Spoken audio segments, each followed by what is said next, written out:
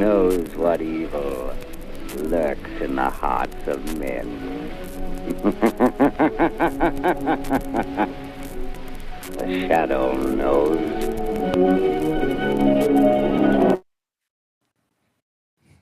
Welcome, everybody. Hello, the shadow knows. Appreciate y'all, everybody, being here for another Talking with Conspiracy. We're gonna have I think we're gonna have a fun show for sure. We have James returning for week 33, and we have a special guest, Mr. Lee from I can't even talk already. The Paranormal Prism. We It's too early in the show to get my tongue tied, but appreciate y'all being here, and I think it's gonna be a fun one. How you doing today? How you doing today, Lee? I'm doing pretty good. Thanks, James. Thanks, Ricky, for inviting me. Looking forward to this. Oh yeah, it's I appreciate you. You're one of the first ones that reached out on when I sent that flyer out about having people come on, and I've been looking forward to. I've been just talking about it, on our shows and stuff coming up to it, and it's like, I know, somebody asked me, I don't even remember who it was, but was asking me who was I looking forward to. I was like, I'm looking forward to everybody. I was like, first I'm looking forward to you, because it's with your list of things that you've done and looked into, and really, I was really looking forward tonight because I know it's going to be a great one. And it's absolutely going to be fun. I got people in the chat already, and James, how are you doing? Let me just speak out to you real quick before we get started. Yeah, glad to be here. Also, I think we should. I know you do so many things there, Ricky. I think we should clarify this is beyond the possible, because you said talking with conspiracy. So I just want to. Oh, did I? Yeah. Because I it's get different. Confused sometimes. Different topics, different kind of shows that you have there. Oops. Oopsie. Yeah, no problem. But yeah, happy to be here for. I think I make the night. I'll be doing great. I promise. Yeah. No, but yeah, glad to be here again, and looking forward to this conversation.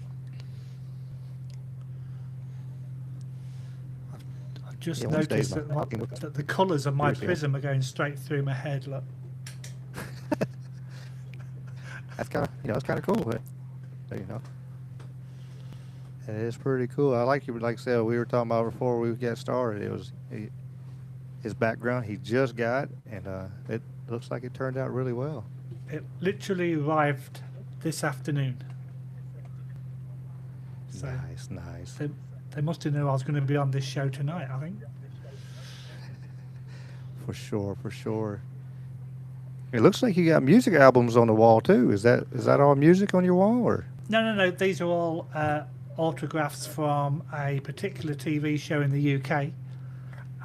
Back in the day when, if you all know Sean Bean, one of his first projects in the UK was a TV show called S.I.P., which was based on the Napoleonic Wars. And I've actually, my third great-grandfather fought in Waterloo. And I actually absolutely love the TV show. So all these, and actually behind here as well, are all photographs of the actors that was in the show. And every single one of them is dressed in character. There's no normal pictures. It's all character photographs. So I've got them all behind here and all along here. Oh wow, that's pretty cool. That is cool. To have that many autographs and it's pretty cool. I got a bunch of wrestling autographs. I need to put them back on my wall. Eventually, since I moved, but I haven't get to do that yet. I've got a few more because I'm actually involved on the Comic Con circuit as well. I kind of volunteer at 3 conventions, so I do have a lot of selfies and a lot of autographs from various people as well. Oh, that's cool. That is pretty cool. What's up, LJ? We got LJ in the chat. We got Jen, the Arcane Observer. James's co-host is in the house. We got Blake and Monkey, and we got Dave's Waffle House, who's uh, he's also across the pond. He's on YouTube. He has a YouTube channel, and he's out of England. He has a fun show. We get everywhere. Us Brits get everywhere, man. Oh, for sure, for sure. But Yeah, really. go ahead, James. Sorry. I was going to say thank you for joining us. Basically, so late where you are, as well. Is late or early? I guess I think it'd be late. Or early. Him or me? I'm in Canada, but Oh, I'm sorry. I thought you were in the UK. no. Are you? He's I've been a in Canada. transplant. I've been in Canada 13 years. Oh, okay. Well, then good. I'm glad we're not keeping you up too late or too early. So I do have some across the pond, or I'm trying to work on some details on. But yeah, there'll probably be more lunch shows because it is that 6 hour Yeah. difference is kind of rough. Well, it confuses a lot of people because my hometown in England is Boston, and they always confuse it with the one down the road. A big difference there. Just a little bit. Well, Lee, if you would, for the ones that don't know, kind of introduce yourself and tell them, give you a little background and what you've done. And I know I have it in the description, but it sounds better when you say it. Yeah, because I've got the accent, right? Yes, sir. So- Yes, sir. Sure. Okay, The so accent counts now. That's how I even have a show anymore. Everybody loves my accent. So yeah. So as I said a couple of minutes ago, I moved to Canada 13 years ago. But before I came to Canada, working in England, I spent 6.5 years in the military. Then I decided that I didn't want to do that anymore, so I then joined the local fire department and did that for 12 years, I think. And when we started, it was quite busy with fires, but because of fire safety and everything, the amount of fire calls kept dropping. So after that amount of time, I decided that I wanted to do something different. So I applied to all the paramedic services in the UK, and then changed jobs and became a paramedic, and I did that for 13 years before I came to Canada. And I'm now a government employee, and yeah, that's pretty much it. We'll talk about the paranormal stuff in a little bit, but that's basically my life as it is. nice. Yeah, it's pretty interesting, all the paranormal sides of things, the things you've looked into, and you've studied as like I said, we'll get into it for sure. But that's very fascinating for me too, because seeing that some of the stuff that you said, it was like I got some questions on it. So it's gonna be fun for sure. yeah, and especially that paramedic and medical, and really even all those military. I mean, there's so many people that had experiences that are anomalous in all those any kind of first responder kind of situation. There are entire shows about that. I unfortunately have not had a chance to listen to much of your show yet, Lee. I apologize, but I know over the years I've heard a lot of shows about that side of things as well. Well, it's actually quite interesting because I was a skeptic for the longest time, and I used to watch like the basic TV shows when it was on TV in the UK, and I used to subscribe to a couple of like paranormal magazines and stuff like that. But it wasn't until I was a paramedic in England. It was a Saturday night. My regular crewmate had gone sick, so I got a replacement for the night. And the guy turns up. We starts talking about the normal stuff. What soccer team or football, because we invented it. What football team do you support, and all this kind of stuff. And then the first call of the night was to a cardiac arrest. So he turns up at this guy's house, and he was unconscious, not breathing, So we started working on him, and I'm doing CPR, and this guy says, "Oh, you can stop working on this guy." And I'm going, "Well, I'm the paramedic in charge. I can tell you to stop, but you can't tell me." And he Yeah. goes, "No, you don't understand. You don't understand. The spirit stood behind you of the patient, and is telling me to tell you that he's not coming back, and this is his time to go." And I'm like, looking over my shoulder, going like, "What the?" And I'm like, "Well, with all due respect, can you tell the patient that I have a job to do, and can't stop until we've done the protocol?" And he goes, "Yeah, the spirit's okay with that." And I'm like, "What the hell?" Wow. We actually called it, and the guy didn't make it. Got him on the ambulance, and I'm like, yeah. The next sentence was completely full of expletives. It's like, what the F? What? Yeah, what? You can't come out with that in the middle of a cardiac arrest, dude. And he went, "Oh yeah, by the way, I'm a medium and I can see spirits." "Oh yeah, it's okay telling me that now."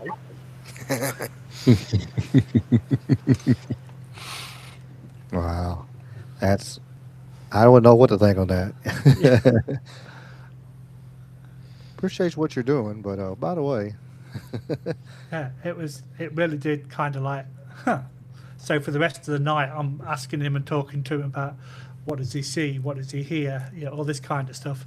And that's what kind of moved me from being a skeptic to, well, maybe there is something out there. Maybe I should start looking into it further. Yeah, that makes sense. I started looking into it years later, but I kind of I had my first experiences as a teenager, so I didn't get to be a skeptic long. I didn't even get to be a skeptic really. It just started at that age and just kept on going from there. But yeah, no, I can't imagine that. And like I said, it's just so common. Um, that's that kind of situation, especially like in hospitals and things too. So, but thank you for sharing that because I can't imagine being told that by your temporary coworker at Yeah, the time. but it's weird because you kind of experience that on a regular basis, but you don't think about it. I went to another woman that little old lady. She says, "Oh, I'm going to die today." So, like, no, you're not. She actually walked out of her apartment to the ambulance. And she's like, "Yeah, I feel like I'm going to die." I thought, "No, you look fine to me," but there was something that wasn't quite right. Like my spider senses were tingling, so to speak. So we'll take you to the hospital, handed over to the nurse, went on our merry way. We came back 2 hours later, and she was dead. wow. And there was no indication that she was having a heart attack or anything like that. She just knew that her time would come. And it's like, So yeah, that kind of stuff. When you're talking about it, it kind of go, "Oh yeah, that was another thing that happened," and now you can kind of put it into perspective. Well, some Right. people do notice that time. I remember my grandfather when it was getting close. Like he was like, I know it, you know. I remember we were going over there and going to go see him for a little bit, and he was like, just hang out in the living room, Ricky. It's going to be a minute. I got to take care of some stuff. And I guess he had some people over there, like signing paperwork and all that kind of junk. And then he come over there, and then we hung out for a while. But he had said it. It's like, hey, my time is. I know when my time is, and it wasn't long. Probably another week or something after that. Yeah, they do say that when that time is getting close, that people do know. I'm not aware of that right now, so I think I've still got a few months left. Yeah. Yeah, with me too. Yeah. I know my grandfather when he was in the hospital and he was talking about seeing possibly like seeing angels, and he was singing old gospel hymns, just like old timey, gospel music and stuff, and just relax. He's like he knew, like he knew too. Hey, he's seen the angels, hovering around him. Yeah, it's because we went to another incident. It was me and my regular crewmate Julie, and we got mobilised to it and then stood down because it came through as a fall, and a normal fall is not a priority. But then we got back onto station and then mobilised back to the location again, and this guy was on the deck, hardly breathing, and looked like his days were numbered. So he starts working on him.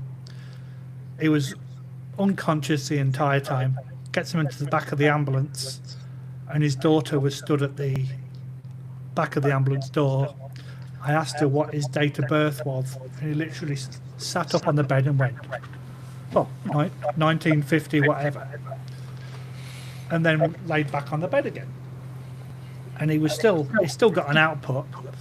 So we lights and sirens all the way to the hospital. And as I go into the hospital grounds and where the emergency is, he grabbed my hand and went, "Thank you," and just tapped on the back of my hand, and then went into cardiac arrest. It's like, well, crap. Wow. And again, he didn't make it either. So yeah, people do know.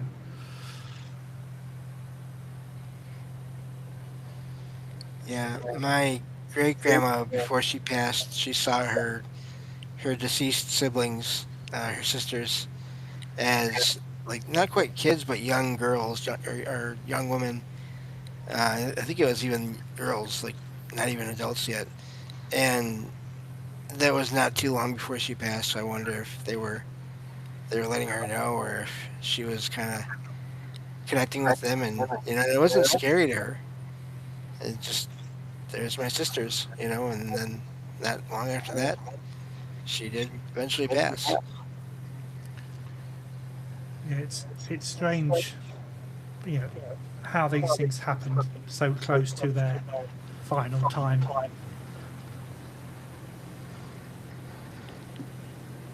Yeah, it really is. It's kind of humbling, in a way, and just you think about it, when you hear people say that, and it's humbling. That's just that solemn knowing that we all have our expiration date, I guess, and we know it's at one point it'll be our time too. But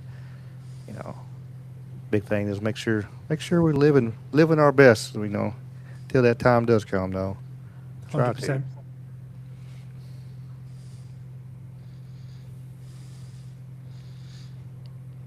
Yep.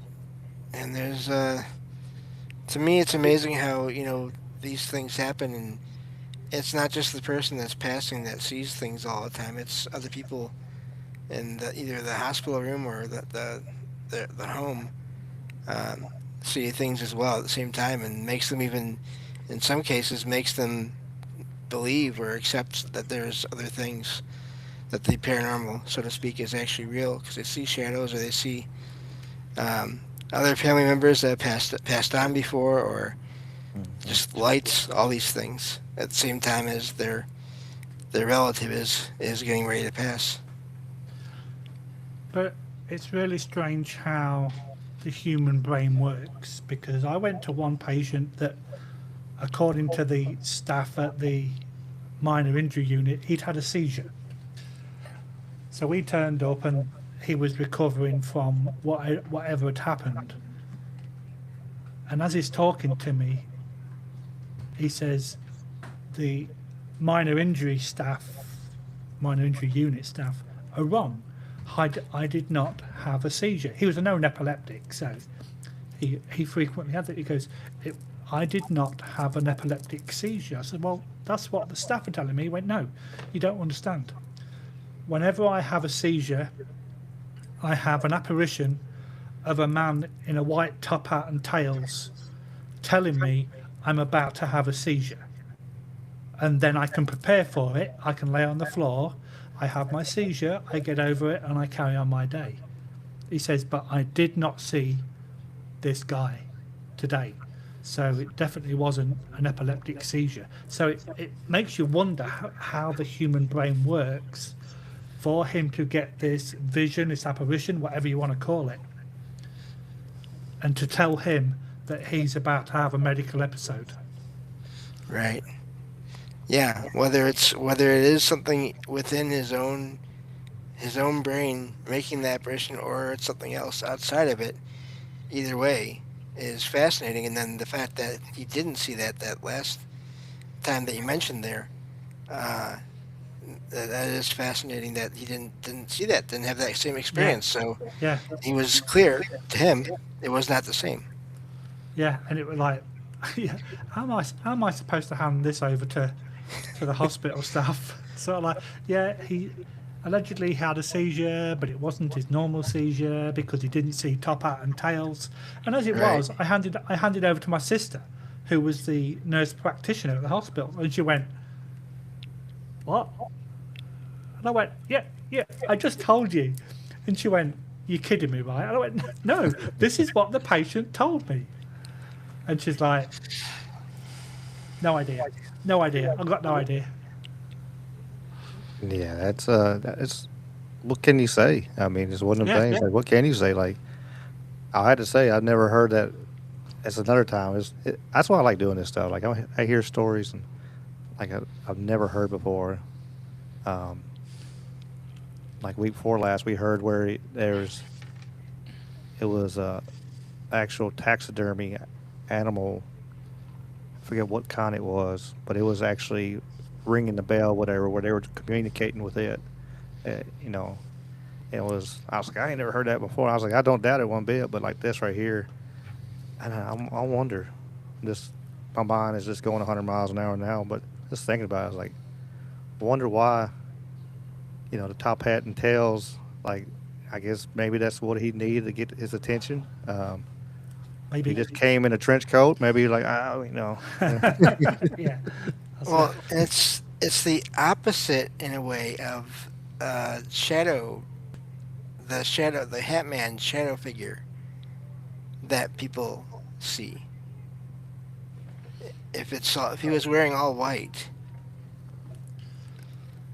then it's like the opposite of that. Which is fascinating. It could have even been a guardian angel. You don't know. Right. Yeah. And that's one thing about doing these kind of podcasts. People can tell you stories of cryptids, of fairies, of alien abduction, you know, the Hat Man or whatever. But because you didn't experience it yourself, I can't call Ricky a liar if Ricky tells me something, because that experience happened to you. Just because it happened to me, I can't call BS on it. Mhm. Right. Yeah, absolutely. I mean, there's no way, you know, you can be skeptical, you know, on certain things, but like in the end of the day, there's no way I can prove you wrong whatsoever. No, exactly. Which, you know, like James and myself, we try not to prove anybody wrong, you know, especially on this. You know, it's, you know, like, we're here to hear the story, and I know some people do, and that's cool. But you know, I like staying with an open mind. Just look at it like this. There's amazing things in this world, and a lot of them we'll never understand. And so, who am I to say that didn't happen? You know? Yeah, and that's it. But yeah, I can also flip the coin, because about 18 months ago, we were called to a domestic property about an hour and a half away. And this girl was absolutely adamant that she'd got spirits all over her house. She goes, you know, I see them sitting on the sofa, I see them doing this and doing that. And it seemed too good to be true, to be fair. And then she said, well, yeah, we've had a dead bird in the garage, we've had the dog barking at the cupboard, and yeah, I've seen spirits sat on the sofa, and all that. It's like, there's something not quite right here. So when we got on scene, we starts talking to her, and we're doing the interview with her. So I said, well, tell me about the bird. She said, well, we found it dead in the garage. So, okay, it could have got trapped there. She went, no, the garage door was closed for like months. I went, okay. Have you got any other entrance? Oh, there's a chimney from an old fire. So I went, well, okay, the bird fell down the chimney, couldn't get out and died. So that was kind of like a rational explanation, and it only happened the once. And then she got on the subject of the dog barking at the cupboard. What's in the cupboard? Oh, just linen and laundry, that kind of stuff. Oh, is there anything else in there? And she said, well, no. And then her boyfriend went, oh yeah, we keep the dog treats in there. Yeah. So it's like, hang on a minute, okay, yeah. So the dog's barking because it wants dog treats. So then we got on the subject of her seeing all these spirits around the property. So I said, well, do you see them with your own eyes? She went, oh, no, I use my cell phone. Okay. So I said, show me what you do. So she picks up a cell phone, clicks onto Snapchat, and then starts going around the house with the Snapchat app. And I'm like, what app are you using? She went, oh, I'm using Snapchat. And I went, you do realise that this is a entertainment filter, and it will try to make a human face out of anything it sees.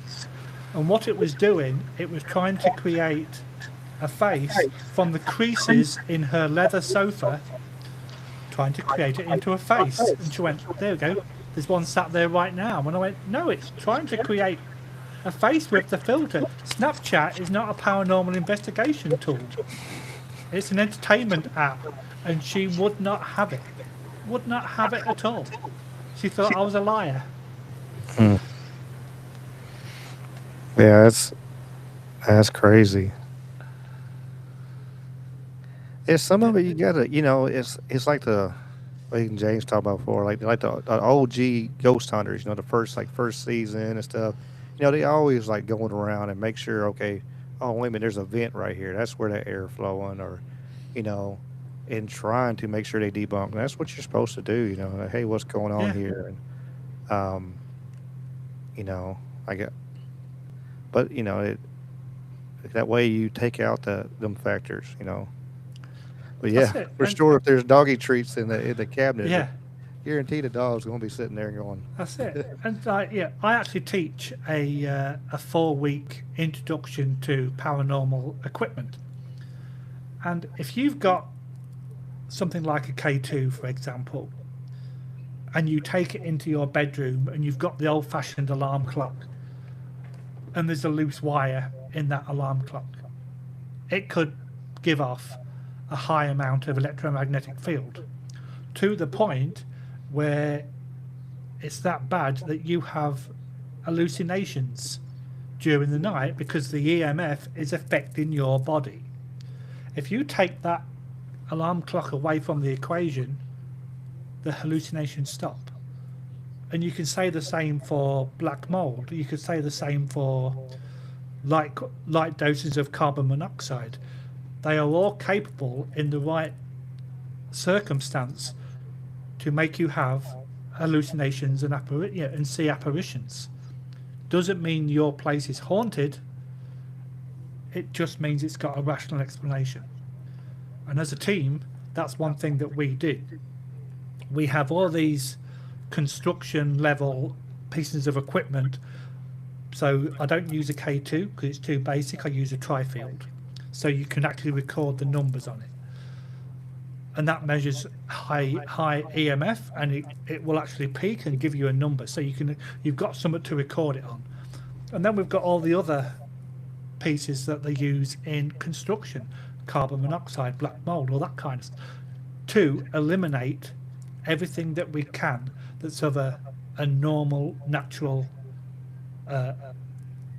what's the word I'm looking for? Like circumstance. Yeah, it's natural phenomena. That's the word I was looking for. And yeah, you can't investigate the paranormal until you've ruled out everything that is normal, so to speak. Noises in the attic. Well, you might have a rodent problem. So you have to go up there to see if there's any animal drop-ins or carcasses or food. And then you can rule out the noises in the attic. So you've got to be logical about it. And you've got to document everything that you've found that could have a natural explanation. Yeah, absolutely. Yeah, and I think too there's this because of popular culture, media, and all that. A lot of people see everything as being one of two extremes. Either people think that it's all basically can be explained that way, but through natural, it can all be explained through through natural phenomenon, or that it can't be, and they think that people that are into anything paranormal, interested in these things, that those people don't try to figure these things out, which, again, that's partly because of movies and TV shows where every little thing that happens, the characters in the show are reacting to it like it's paranormal. And just from people I've talked to and myself, no, when we have experiences, we're gonna try to figure things out first, and not that we don't have all the tools all the time, but still, we try to figure things out first, and then consider maybe after that, oh wait, no, we can't figure that out, so maybe that is something anomalous after all. And that's right. Yeah, you've got to have a skeptical, logical mind to be an efficient paranormal investigator. You can't go to every single property and go, oh, there's a ghost, there's a ghost, there's a ghost. Your place is haunted. You lose all your credibility if you do that. You've got to go in with a logical mind. And we actually have a questionnaire that we will send to every single person. And it's got maybe 20 to 30 questions on. So to fill it out completely could take you 15, 20 minutes. But we go into how many people live in your property. Yeah. Have you had any repairs done recently? And then we even go down the road of, okay, what medication are you on? Do you have any mental health issues? Yeah, and we really do dig deep into what it potentially could be before we even look at the paranormal side of it. So it might even involve 2 or 3 visits to start the investigation, to rule out the normal and go, right, we have exhausted all of our abilities to rule out the normal. Now it's time to get the bells and whistle out, and then we'll start looking at the paranormal side of it. That's good. You're being very thorough and, and making sure, because, like I said, with the medications and stuff, and some medications can make you see things that, that you believe for sure is anything that's there, but it's really just the medication messing with you, and that's good. I said that's good to hear that you are being so thorough, before your investigation, and then being thorough while you're investigating. That's it. And we even go as far as drawing a map of that particular floor that we're on, and it's like, okay, we've got a window here. Yeah, how solid are the windows? And we actually have anemometers that measure wind. So we'll put that around the wind to see if there's any drafts coming through it. Yeah, we even have simple things like I've got a carpenter's spirit level. So if people say, well, this door creaks open, I will stick the level on the door to see if it's hung correctly. Because, if you're in an oldie worldy house and you've got wooden floors and you walk past a cabinet that the door opens, doesn't mean it's paranormal. Number one, you've probably got a dodgy catch on the wardrobe or whatever, or the cupboard. But then if it's not level, it's going to be prone to swinging open anyway. And we actually went to an investigation in New York State, a place called Casanova, just over a year ago.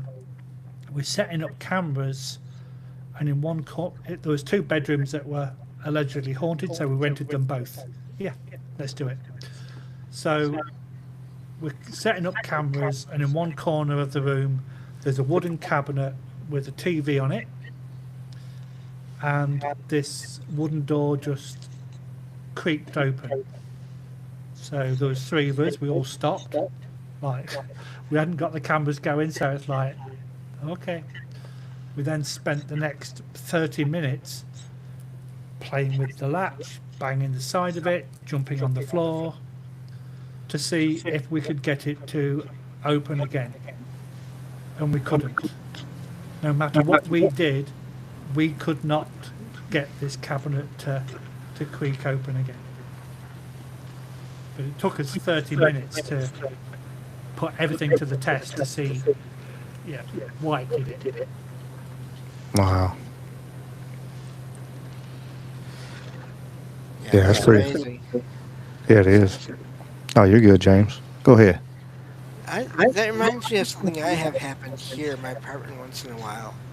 And so I'm curious what you think about this, Lee, because I don't know how to explain it easily. There will be times when I'm sitting here at my table that I have my computers on and everything, and it's usually when I'm not looking in the direction of this one closet door.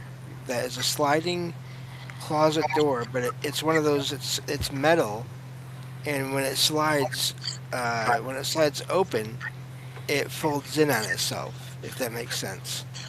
Concertina. And I'm sorry? Like a concertina. See, I don't even know that word, so but that probably is it. So, if you looked at the top of it, it's got like, that you can open it and then close it. Right, and it has a hand, like a little knob in the middle of it, like halfway up that you can, But whenever I open it or close it, it makes some noise, even if I try to go slow with it, because I've tried before. But sometimes when I'm here, and I've looked away, I haven't been looking at that door for a while, and there's no one else here, I will look a while later, and I will find that it is open. And now I have a cat that will sometimes try to get in there, but when she does that, I hear her bumping into the closet door and opening it. And I never hear that when this happens. And I've never known, I've always leaned toward it being something anomalous, but I'm curious to hear what you think about that. So, if I was in that property, one of the first things I'd do would get a camera and aim it at that door, just to see if we can get any evidence. But looking at it from a logical kind of perspective, if you've got this collapsible door that you pull and it straightens out, there's a slight possibility that if the unit is not 100% level, it could, and you've got nice smooth runners that the top and the bottom of the door are on, that it could slowly edge itself open. I'm not saying that that is happening, but if you had a camera that has motion detection, then you'd be able to see what was causing it. Okay. Well, thank you. Yeah, I was curious about that because I haven't really ever done a lot of, I haven't done any investigating on my own. I've been part of events, paranormal investigation events, which I know are not the same as going in, just a team going in and checking everything out themselves. So, but yeah, thank you for going over that. Yeah, because like I say, the objective of the exercise, no matter what investigation you do, is to get the evidence. So if you've got a camera pointed straight at that door that does motion detection, if it moves and there's nobody there, then it's something that you've got to look into more detail. Right. And then you've got to try to rule out the obvious, like you've got nice smooth runners at the top and the bottom, and if you tilt the unit, depending on how heavy it is, if that door slowly opens, then it could be a manufacturing thing rather than a paranormal. It is built into the wall or like the frame of the, so I can't really move it up and down as far as I've been able to tell. But yeah, that's good. Good to know. Thank you. You're welcome.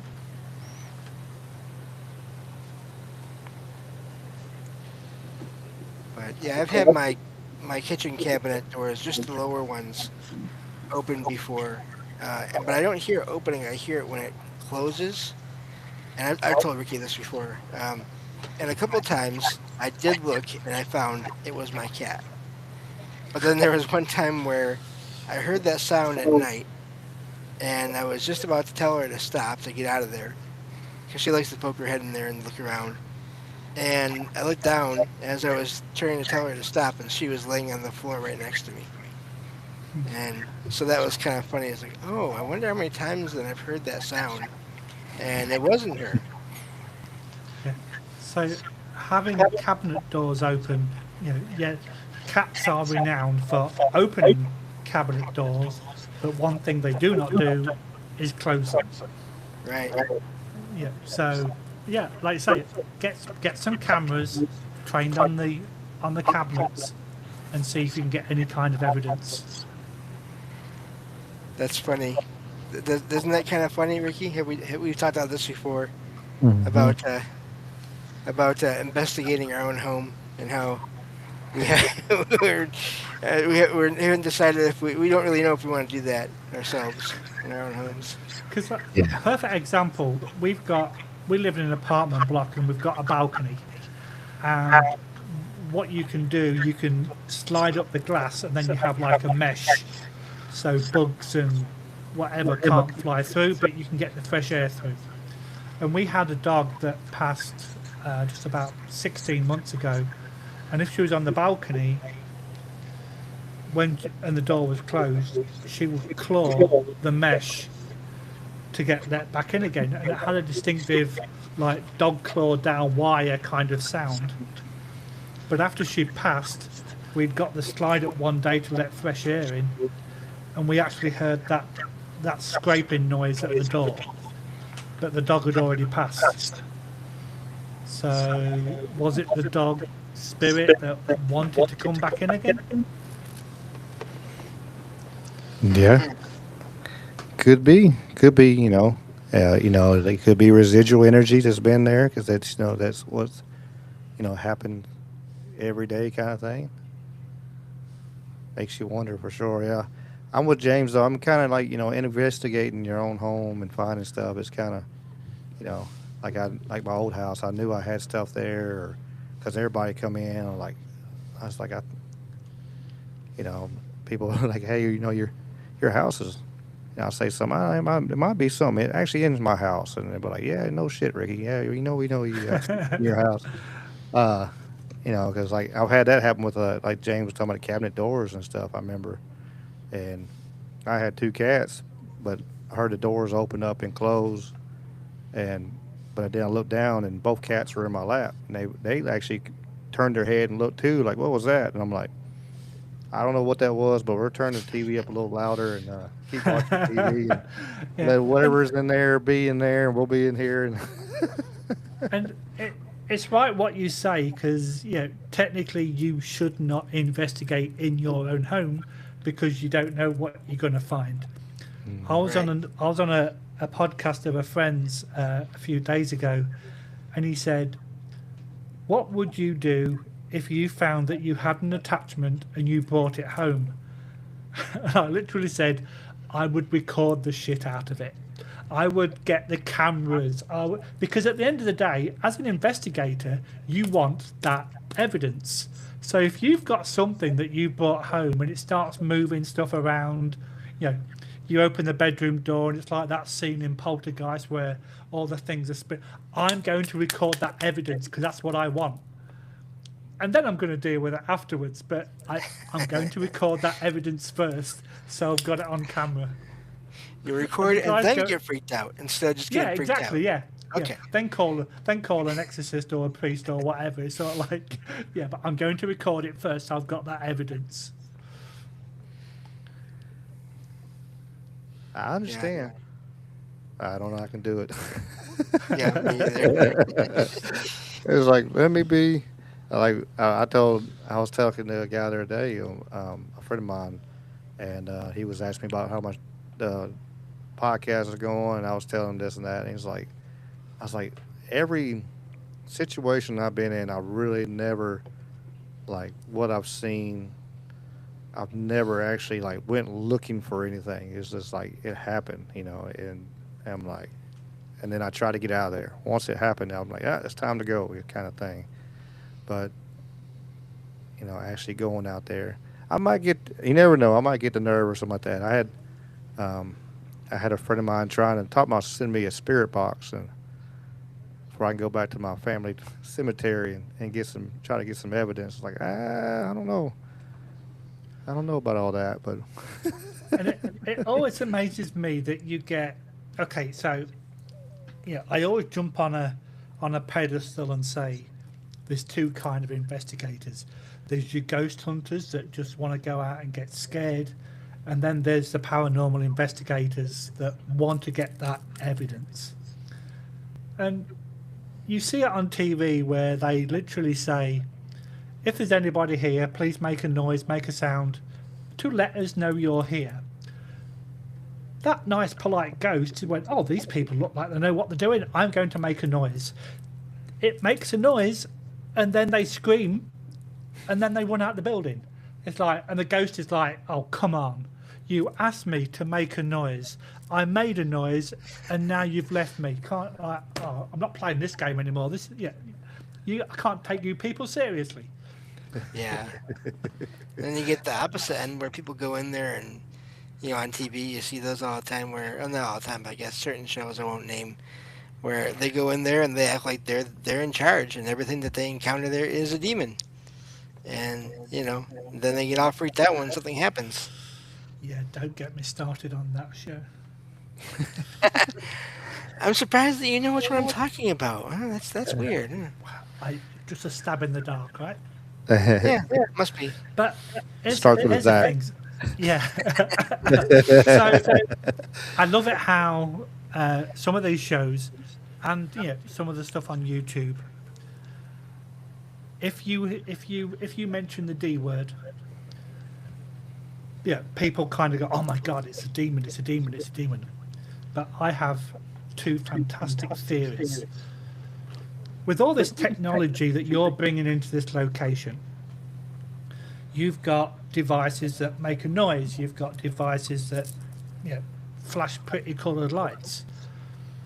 But if you've got a genuine spirit that's at that location and they're from the 1800s, they're not going to know what any of these devices do. They may not have even have had electricity. So just because you hear the D word, what's saying that they're not calling you the demon for using witchcraft or whatever to try to get their attention? Yeah, or devil or whatever, any of those Exactly, words. yeah. Yeah. Because you get those so often in places on all the devices that make words, you'll get demon, devil. Yeah, exactly, exactly. And connected to that, you get people that go around going, oh, I've been scratched. And I've spoken to exorcists, and Yeah, the for it to be a demon, it should be three scratches. Yeah, for the Father, the Son, and the Holy Ghost, that kind of thing. But if someone says I've been scratched, I've got a great theory. If out of us three, one of us has passed, and we want to try to get the attention of one of the ones that are living, the normal thing we're going to go is, James, Ricky, can you hear me? You don't respond because, yeah, I'm past and you guys are living. The most natural thing for a human to do is to shout louder. James, Ricky, and that could be when you get in your EVP.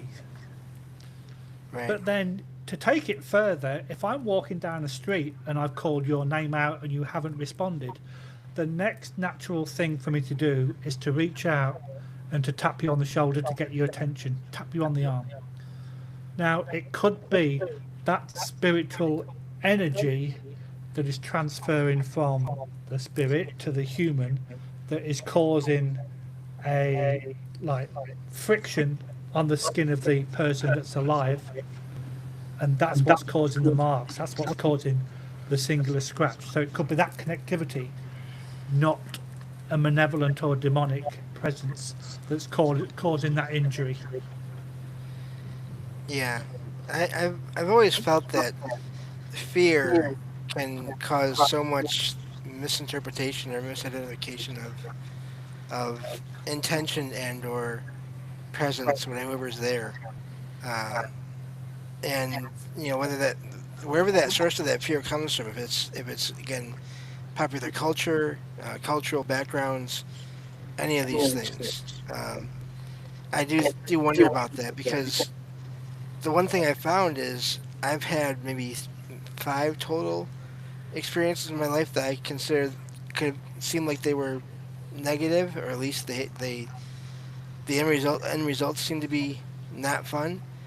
But I've had so many more where they were neutral or positive.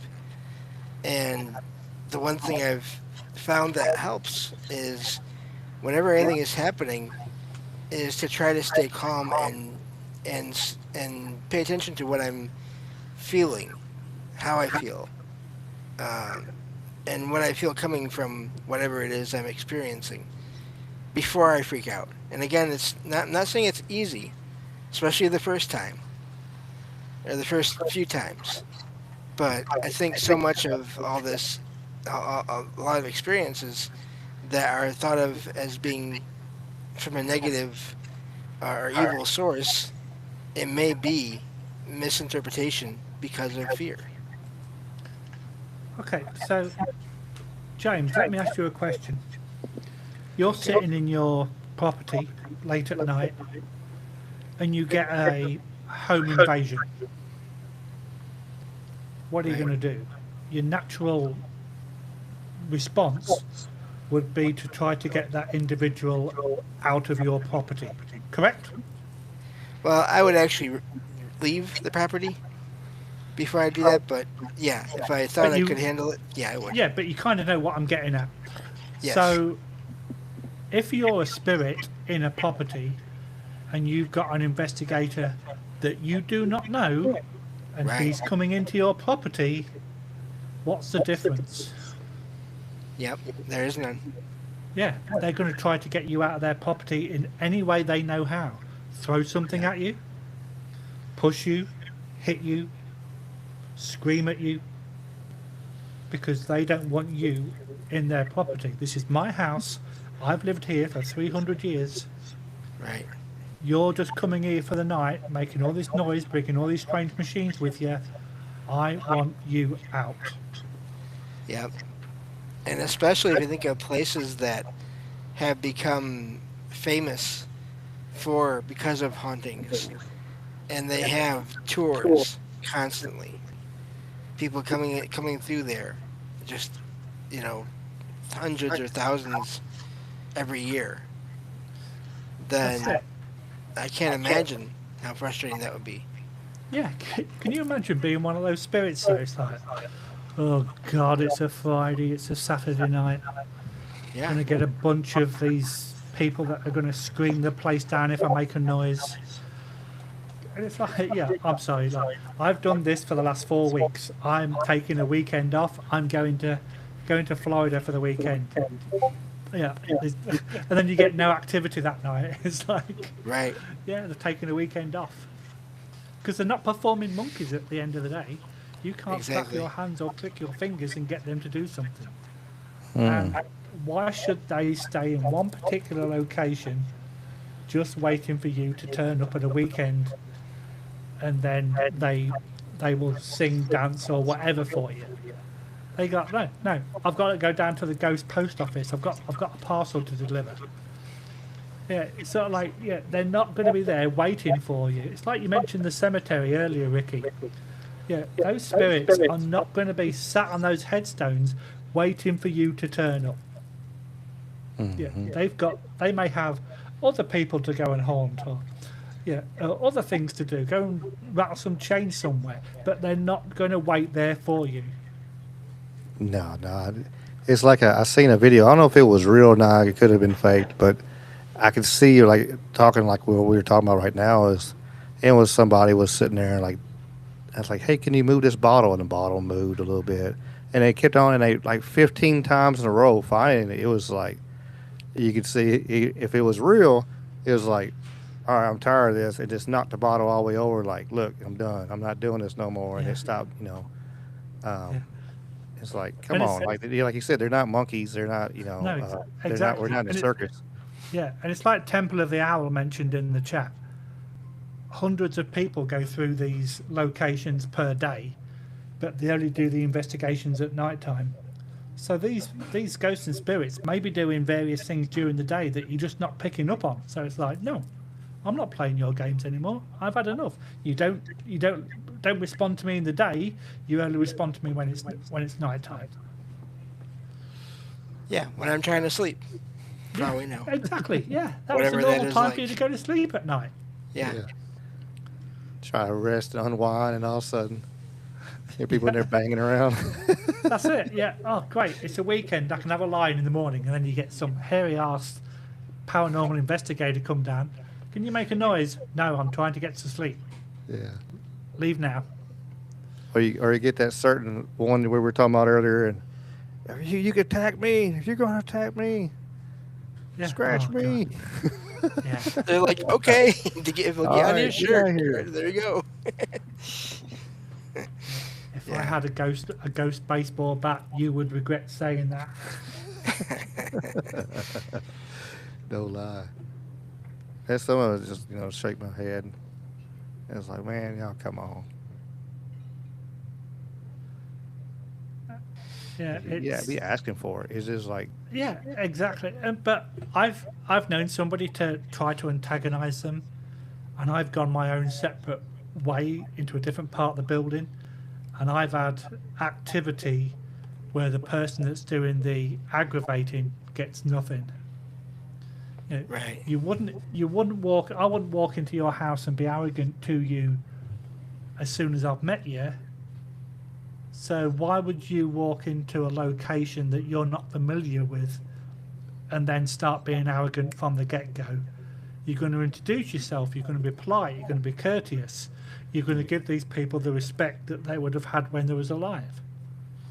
Yeah. I'm not going to walk in and go, right, Ricky, I want you to dance on that table and move that jar for me. It's like, no, I'm just not going to do it. Yeah. it's that old saying. He'd always, you always get, more more bees with honey, or I forgot how it goes, but of course, if you're sweeter and better, to anybody, you're gonna get more positive Yeah. reaction, and I could see that. I could see that somebody just trying to be a jerk, and I think maybe that's why a lot of times you hear about locations that they don't have nothing. Like, man, we know this place is super haunted, but we're not picking up anything tonight because possibly that was people being jerks the whole time, or uh, Yeah. they're like, nope, we're not doing nothing tonight. We're gonna sit back and watch you in the corner and go hi. Yeah. Yeah, and I like I said, I've been on a few of those public investigation events, and with teams that they were very respectful. They didn't shout. They didn't do anything like that. And the feeling was just positive and respectful, and we were all curious, and we did have things happen here and there, and it was amazing, and it wasn't really frightening overall. Like I didn't see anyone freak out at these events. Some people got startled here and there, and I think it's just because, again, the right mindset, and almost being when we get in there. Like I remember each time I'd always go in there thinking, you know, I'm sorry for intruding. I'm just here to talk if you want to talk, or communicate.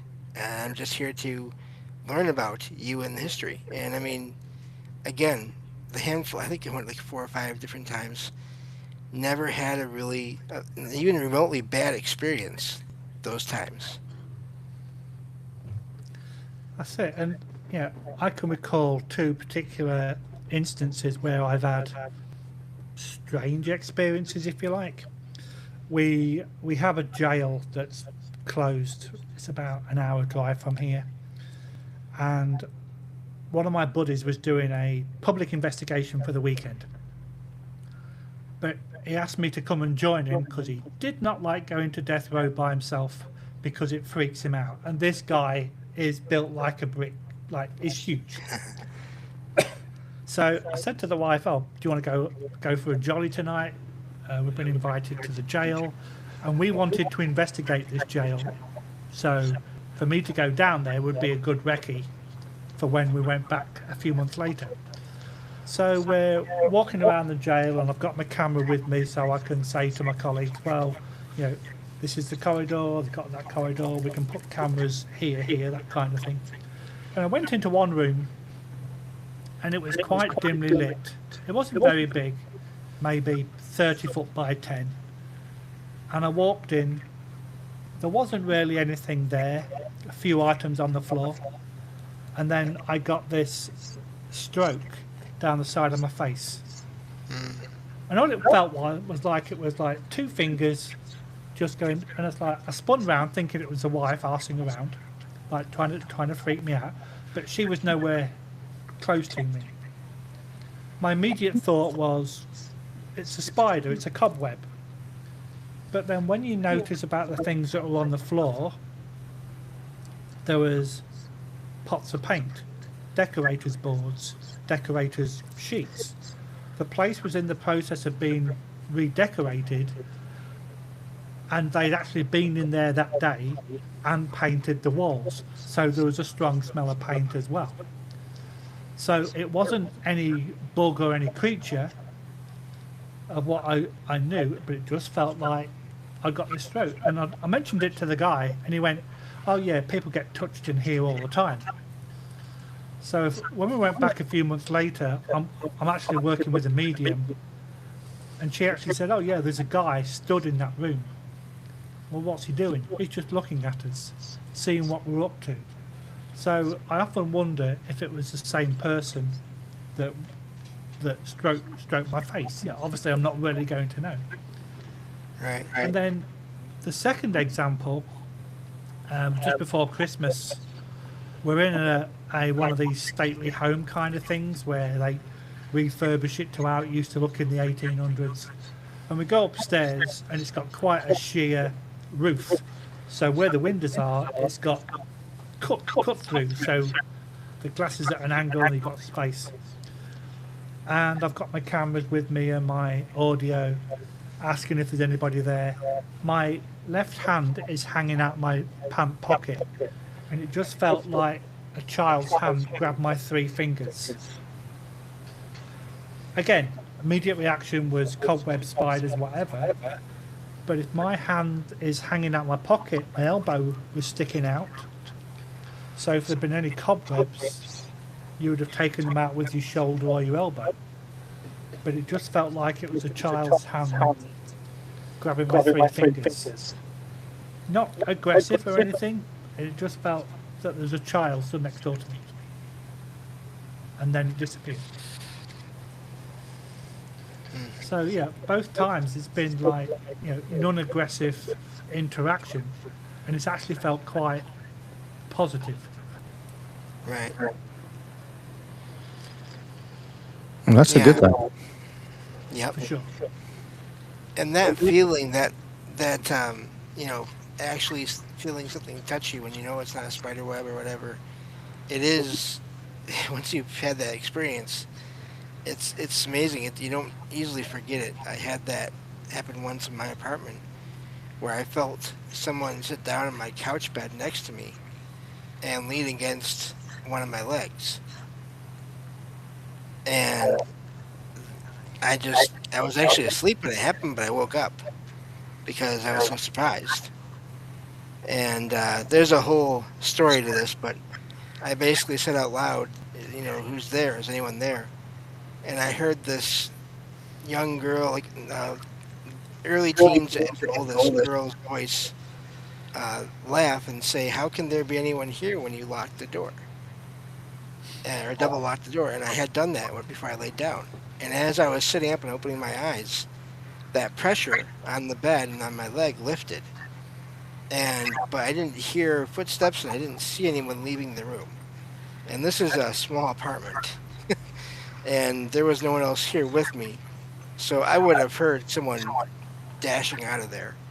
Oh, for Uh, sure. and so when you have that confirmation uh, from the feeling alone, but then when you have multiple things like that at the same time, it sticks in your mind. It definitely does. That's it. And in the location where we had the creaking cabinet door open, it's a very oldie worldy location, and all the bedrooms have got four-poster beds in, and they've got the old blankets, not got duvets or anything like that. And we finished investigating the second night, climbed into the bed, turned all the cameras off before I got into bed because it's difficult to do it when you're in bed. And you know how if you got the heavy sheets or the heavy blankets, if you move your leg, you can feel the blanket settle. So that kind of happened. Didn't think anything of it. Okay, heavy blankets. I've just moved my leg. The blankets have gone into the space. And then I'd only been in bed a matter of minutes, and I felt a really heavy sensation on the bed, like somebody had sat on the bed. I thought one of the other guys had come into the room and I'd not heard him. And then I opened my eyes and I saw this white apparition going past the side of the bed. And of course, all the cameras are off. Of course. So I've got no evidence of that. But yeah, I know it happened because it happened to me. Wow. Yeah. Pretty amazing for sure. I've actually had one like that. I've talked about it before on here. Where I had one come, and I did the normal. Put my head under the blanket and hid. It come up there, but actually, I had something come up. Like it hit the bed and was trying to like get my attention. And I remember I just threw the blanket over my head. And I was like, oh, I'm hiding here. Can't get me. And like I remember it just hit the bed, and like it was nothing. Nobody was home. I was by myself that day, uh, and then because I remember the temperature got real cool. The temperature dropped and everything. I've had a few uh, where it happened where the temperature dropped, really really fast, and which has always been unnerving, I guess, when it does happen. But yeah, That's funny, Ricky, because I've never had that in all my experiences. It's weird how that happens in some cases, but not in all cases. hmm.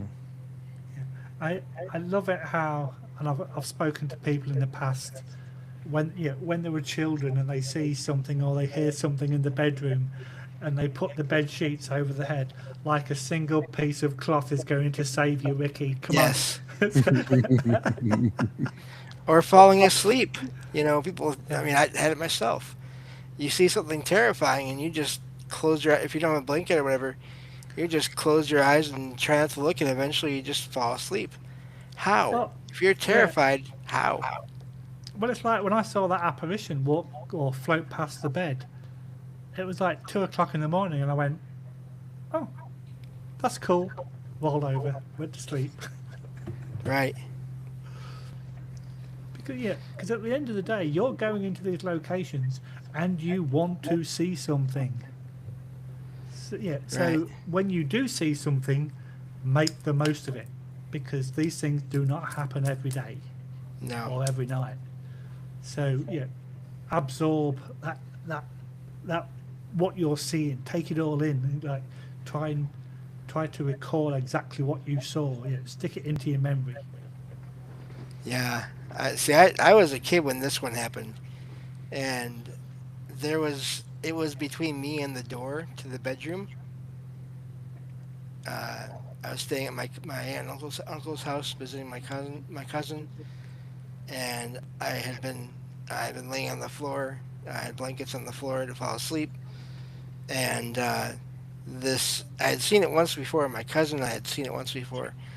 And I've never heard of or seen anything like this before, so I'm curious if you ever heard of this. But there was this white light, size of a person, no discernible arms or legs, just like an oval white light, the size of a person.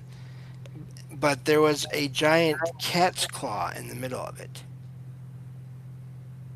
and w- when I saw it the second time, it basically came into the room through the door and hovered between me and the door.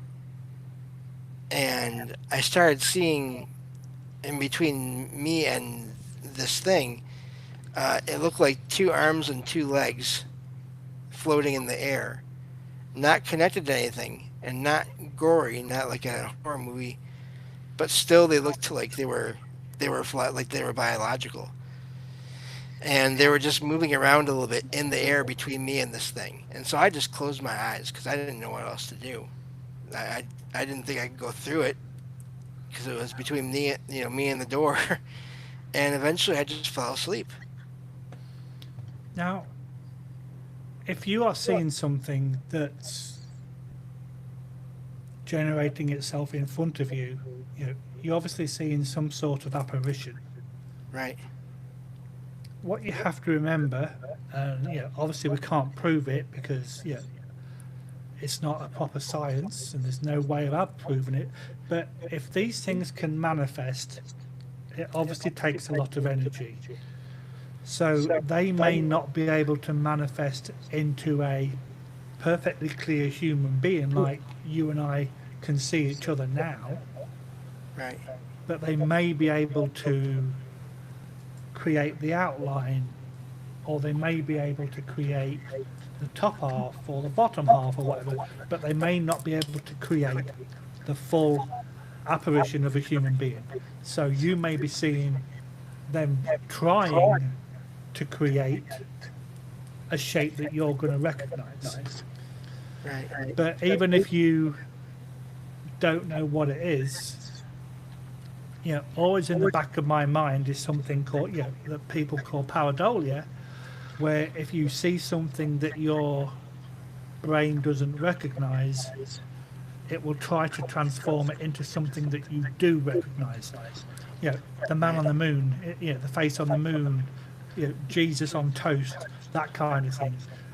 You can't explain the apparition, but if you, like you say, if your brain doesn't understand what it's seeing, it will try to put it into something that you will recognize.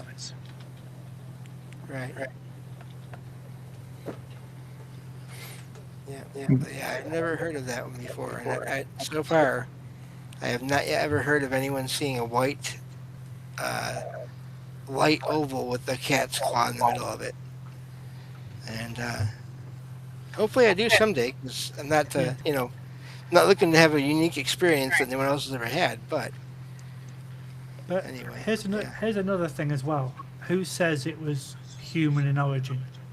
Exactly, right. Because just because we are able to communicate on this particular frequency, there may be other beings, other entities that operate on a different frequency that we can't normally see.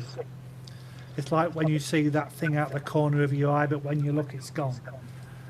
If these entities are operating on a different frequency than what we are, it may be them trying to bleed through onto our frequency, but they can't do it correctly or strong enough for it to manifest into something that you recognize. Right. Huh. Now that has me wondering if it was some kind of a cat, feline related entity. It could be anything, to be fair. Oh yeah, definitely. I've just always had a connection with cats, so that's where my mind goes. But yeah, no, literally, I mean, it was the size of a person, but I definitely don't know that it was a person, in any way. Could have been a demon, James. A demon. Could have Demon. I mean, it obviously had to be. It had to be. You just never know. Yeah, for sure. Merlin says when others see spirits as a person, he said he sees them as a ball of energy. He said, I, however, also see them before others could see them, but I had to expel some energy to make others see. Well, that brings up something I'm curious about your thoughts on, Lee, is the way lights, orbs of lights, different shapes of lights, are seen in all kinds of environments. In buildings, outside in forests and nature, in the sky, in space, supposedly the astronauts see them. I'm wondering what you think, if there's any one thing they all are, or are they all different things? You're not making it easy, James, are you? Just the easy questions here. We're being kind to you here, really. No, I'm kidding. So, yeah, the fact that I live up north, we see the northern lights on a regular basis. And if you've got particles in the atmosphere, a broken up satellite, for example, or anything like that, we could be seeing reflections from something on Earth that is reflecting into the sky. Okay. So yeah, because if you think about it, the sky is not blue. The sky is reflecting the blue of the water, so that's why the sky looks blue. So with all these unidentified aerial phenomena, UAPs, it doesn't necessarily mean that they're from another culture, another planet. It could just be the refraction of light in our environment that is reflecting off something that we can't see. Right. Plus, you could also, you go down the logical route of there's so many like drones in the sky nowadays with different colours. Yeah, I was in the military. I saw aircraft. If you've got a white light coming towards you, and it's the nose light of an aircraft, and if that aircraft then banks away to a different direction, that light disappears. Does not mean it's extraterrestrial. It just means it's an aircraft and it's gone in a different direction and you can't see the light. So there are some unexplained phenomena that we have no idea what it is, but I do think that some of what we see does have a natural explanation. We're not astrologists, we're not scientists, we're just normal people that see these in the sky. Look at the SpaceX satellite train that you see, Skylink. 24 hours after a launch, you will see all these lights in one line that are all the satellites. And then after the 24 hours, they dissipate into the atmosphere or into space, and they do their thing. But if you are not familiar with SpaceX or anything like that, you may think that it's extraterrestrial. But I do believe that a lot of what we see, a lot of the lights in the sky, do have natural explanation. But like I say, we're not the experts, so we can't explain it. If you get somebody who's 100% expert in the weather, and the northern lights and that kind of thing, they may be able to explain to you what you're seeing. A few months ago, we saw a ball in the sky that looked really cool, and it wasn't moving. I got my telescope out, and it looked really cool. But then when we went online and searched it, Venus was in our sky, and we knew that it was in that direction. But then after 8 p.m, as per online, it would fade away and disappear. By 8:15 at night, it had gone. So we knew that that was Venus. So people don't realise that you can see planets, you can see stars, you can see meteorites, you can see satellites, all these kind of things. They automatically go down it's not of this planet route. Yeah, it's me and James talk about this a lot of times, and I brought it up on my Wednesday show too. He's like, everybody wants to put everything in a box, they want to, like, this got to be this, like we were talking about earlier, well, everything's got to be demons, or, everything's got to be ET, or everything. And truly, it's, we joke, but it's, it's like all above, hey, there's some natural, for sure, there's some natural phenomenon that's going to happen where it's, it's a satellite, it's this, and then there's others that it could be, it could be absolute, paranormal. And it could be for sure. There's, a UFO type thing.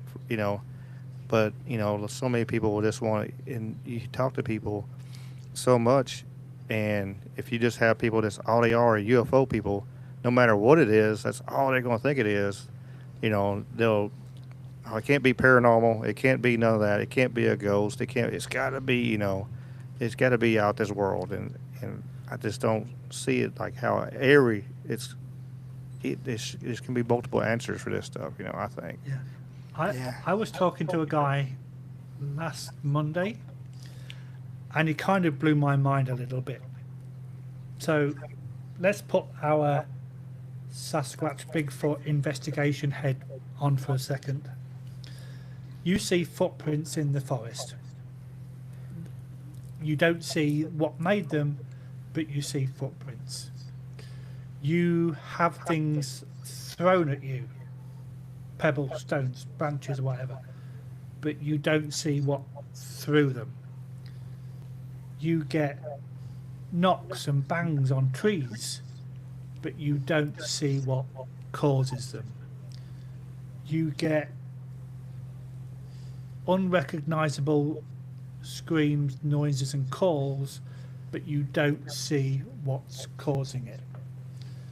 If you pick everything up that I've just explained to you, and you move it into a house, into a property, what would you say it was? That's funny, because I know what you're talking about here, because I know people that have talked about this before too. Poltergeist. Yeah, you would say it was a poltergeist. So why do people think that we can't have ghosts or poltergeists in the forest or woods? Right. And my mind was like, what? And it's like, boom, completely blew my mind, because I'd never considered that. But it would make perfect sense. Mm-hmm. And it's like, oh man, I've got a whole new thing to talk about now. And it's like, just because, who says that a ghost or a spirit has to be in a property? No one. Yeah, something could have happened where somebody died in that particular forest or that particular wood, and they are haunting that location. Somebody goes by, they recognise as a human being and do the normal thing that ghosts do. But there's no, we haven't got any evidence that it's a 8-foot hairy creature. We just don't know what it is, and we never see what makes that noise or whatever. So why can't it be a spirit in the forest? It very well could be, and I know I talked to people on this before, and we don't know what happened, just because right now, in 2026 is a forest. It could have had a house. It could have been a, encampment. It could have been, a Native American city 200 years ago, 300 years ago, and now is a forest. I mean, we've seen that down, with the Incan and the Mayan ruins and stuff like that. All of a sudden you walk up and there's a pyramid, and it's like, how the hell did this come from? So we don't know what was there hundreds of years ago. So, for sure, like you said, if a ghost is doing its normal thing or a poltergeist doing its normal thing, and even though the house is gone, that has been one of the questions I know. I've been curious, and I've heard people ask that. Is like, hey, if you destroy the house, what happens to the spirits? Do they, like, oh, okay, we got no house no more, so we go on our way, or do they stay in that spot? And I know, and I've seen lots of people talk about it, and then of course, some of the shows and stuff like that. There's still that energy's still there, just because the structure's gone, and the energy's still there. It don't go away. That's it. And how many times do you hear about a place being haunted, and one of the first things they do is investigate what was on that property before this modern house was built? And then when you get spirits walking through a wall or floating, the property may have had a door back in the day that is no longer there, it's bricked up, or the level of the floor may have been different than what it is today. So that's why that spirit's floating. We put that into practice if we're investigating a house, but we don't put it into practice if we're investigating in a forest. You know what's amazing to me about all this is we have almost the reverse, where people have claimed to have Bigfoot or other creatures roaming around their houses in neighborhoods. And that to me is fascinating. All these things, we have these stereotypes of where things are supposed to happen. Ghosts belong inside houses. Creatures, cryptids, whatever, other beings belong in forests or in nature. Stuff that's in the sky has to be aliens. And, as we've been talking about here, all these examples of, well, they can be in these places, but do they have to be? It doesn't seem like it if we just go on, just countless reports of all these things. That's it. And to be a legitimate investigator, you can't wear blinkers, just be looking forward. You've got to be able to recognize everything that's around you. Yeah, because I've had experience with seeing lights in the sky, and my first thought went to, it must be a satellite or a plane or a drone or, and any number of things. And then I had what felt like telepathic contact from this blue light that I saw in the sky 7 or 8 different times.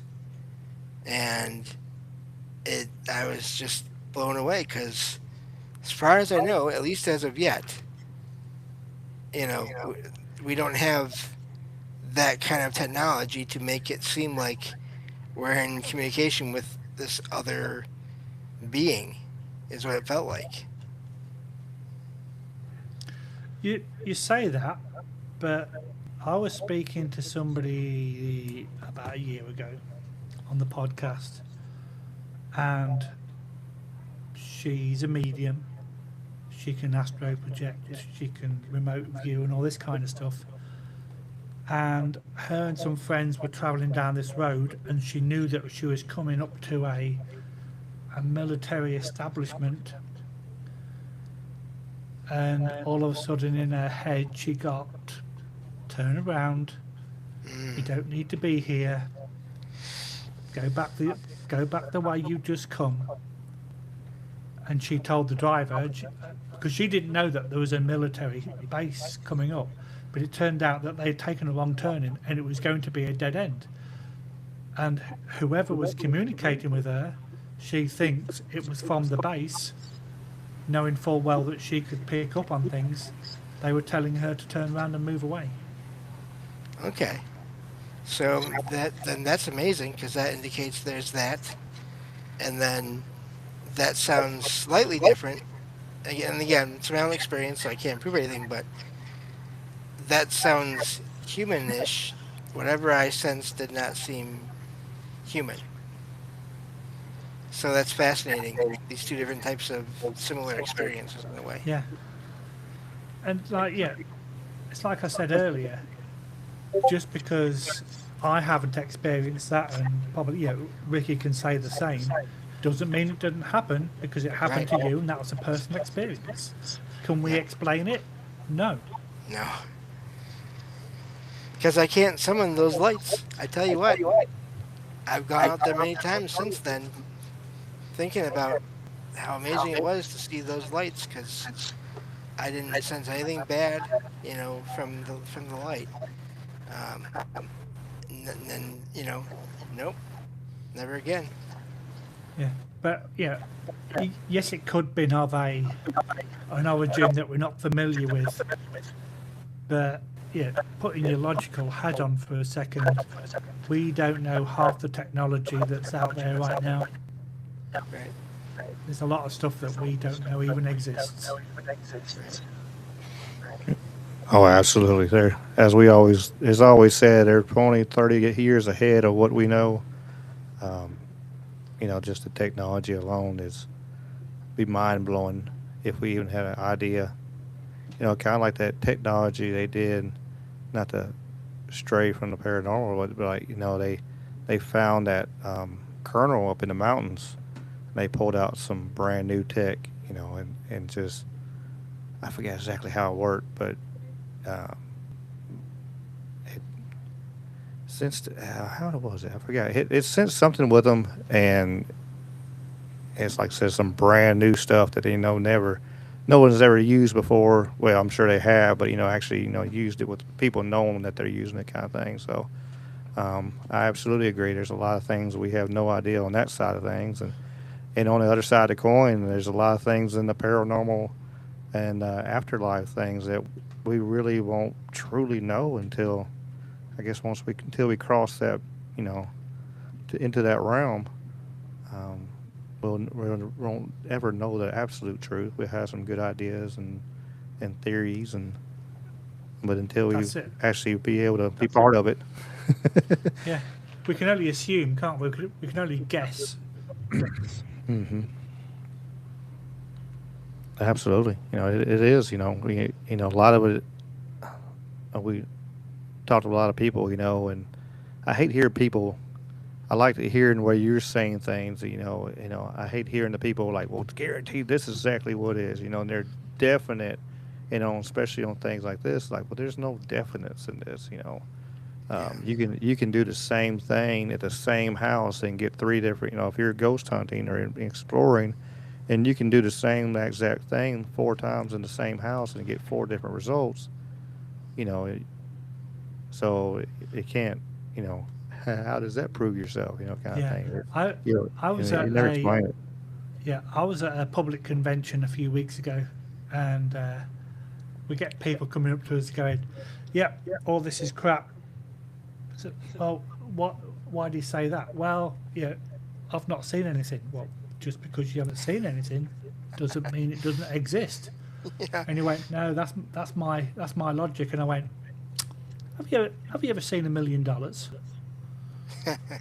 And he went, what? I went, have you ever seen him? He goes, no. So, well, how do you know it exists? And he goes, I went, have you ever seen an atom? And he went, no. Well, your body's made out of atoms, so they must exist even though you can't see them. And he kind of went, okay, I see where you're coming from now. And I said, well, yeah, I'm not being ignorant. I said, just because you haven't seen something, it doesn't mean it doesn't exist. Just that you haven't seen something. Mm-hmm. And it's like, okay, fair point. And kind of like, okay, I'm walking away now. It's the truth, though. I mean, just because you haven't, and I'm one of the ones who believe there's a lot of people. There's a lot of people who never see anything. I believe people have gifts, and there's certain people with certain gifts that allow them to see certain things, and so others will never be able to see the same way as they can. Never, ever. No matter what you do, you won't be able to see the same as some. So, and then some, some of it, I think, when people keep an open mind and come as a child kind of thing, with a curiosity and like you said, without the blinders on, you can see more things. But like if you're talking about that gentleman, he already had his blinders on. He was like, there's nothing Yeah, here. There's nothing real. There's nothing like, yeah, no crap. You can't see nothing. Yeah, you can't see nothing because you are, your head is straight forward, yeah, and you're not looking around. You're not being creative. Curiosity is not in you. You're just straightforward and going. If I turn my head, I'll see something that I not agree with, so I can't turn my head. Kind of situation. exactly. Yeah, yeah. It's like the elephant stood behind the telegraph pole. Yeah, I can't see you. You can't see me. Okay. Yeah, yeah. I had a raccoon do that one night. It was funny. I come on my porch just for a quick funny story, but I I walked to my side porch when I had my old house, and I heard this scuffle. I'm like, what in the world is that? And I turned, and it was a huge raccoon. I bet he weighed like 20 pounds or something. But he was hiding behind my gutter. Of course, the little gutter is like this little big, and this huge raccoon's behind there. I'm like, all right, buddy, do you really think I can't see you behind that gutter? And I just kind of chuckled and went back in. But yeah, exactly. It's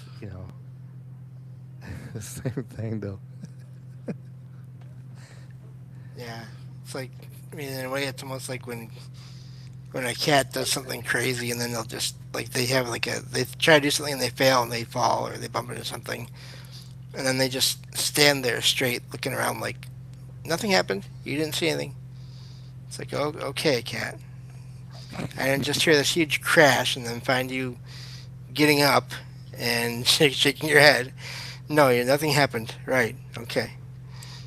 I know people like that. Mm. Sort of like walk into a Absolutely. lamppost. Oh, I didn't just do that. Yeah, I just saw you do it. No, you didn't. Oh, okay. Yeah. They'll argue with you until they're blue in the face. Yeah, There's no way you've seen that. Yeah, absolutely. People are funny. They really are. People are funny that way. But speaking of animals, that does bring up something that Ricky kind of made me think of earlier too. I'm just wondering, Lee, if you ever had any uh, experiences or evidence found of any kind of evidence of animal presences, animal spirits, other um, animal-like beings in well, cases. the only thing that I've really had, I kind of mentioned one incident earlier about the grill on the door, and Hmm. over the far side of the room is where we had the dog bed, and we have like they call them pop figures, and we have a shelf that's got pop figures on. And when the dog was alive, if she wagged a tail, she would knock one straight off the shelf, and it would travel a good 2, 3, 4 feet. So if we open the balcony door, we've got the wall to the next property maybe 6 foot to the left of the door. So there's no way that an exact gust of wind, if we got the door cracked open, can come straight through and hit these little figures. And the wife actually found one that was 3 or 4 foot away from the shelf. Oh wow. But it was one out of 20 on a shelf. So if it had been the wind or something, it would have gone over and it would have knocked multiple figures over. But it was one, and she used to do it with the end of a tail, where she'd just whip past it, take one out, and it would literally just fly across the kitchen. And we found one, like I say, it was a good 3 or 4 feet away from it, and there was no way how that could have happened, apart from it being the dog's tail just catching it right and whipping it straight off the shelf.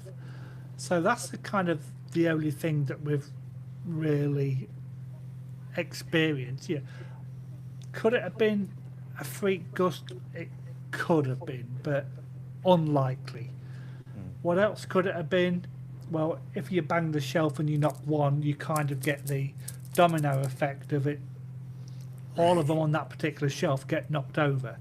So just for one to get taken off the shelf and land 3 or 4 feet away, who knows? Who knows? That's pretty cool. That's pretty cool.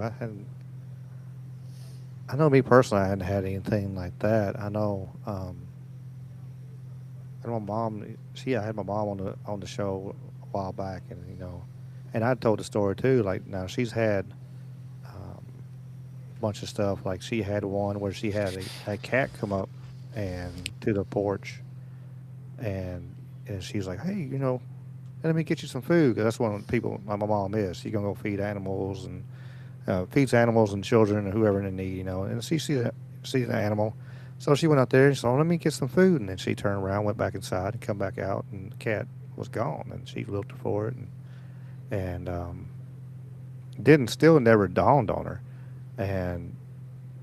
but turned around and got her car. And then as soon as she got on the interstate, there had been a wreck. And so, and looking at the situation, like if she had left when she was supposed to, like she was planning on doing, she would probably been right in the middle of that wreck. And then she started thinking about it. It's like, well, that cat I was looking for had been gone for 6 months, and so that kind of like a guardian angel type thing. It could be guardian angel, or it could be just the spirit of that cat. Because she's had that happen, and then she told the story about their old dog Hercules actually waking up my grandfather when they had a house fire, and he said that because he went in there after they went through there, and somebody fell asleep on the couch and had a cigarette lit, because back in the 70s and stuff like that, them old cigarettes, they just keep on burning, they didn't care. And he said, "Hey, the fire was on. It was going on. And my grandfather got everybody out." My mom asked him. He said, or my grandma won. How did you know the house was on fire?" And he said, "Like Hercules told me. He come on the bed, was jumping on the bed and barking and carrying on." He was like, Mom's like, "Hercules has been gone for a couple months, Dad." And he was like, "Well, Hercules woke me up." Wow. He didn't kind of know, he didn't, say anything. He just like, well, that's what happened. He didn't want to dive into, hey, it was a ghost or whatever. He just like, well, Hercules woke me up. So That's crazy. Yeah. Yeah, I have a ghost cat that stops by once in a while. It hasn't in quite a while that I know of, but I saw it in my window next to my front door one day. I have one of those floor-to-ceiling windows right next to the front door.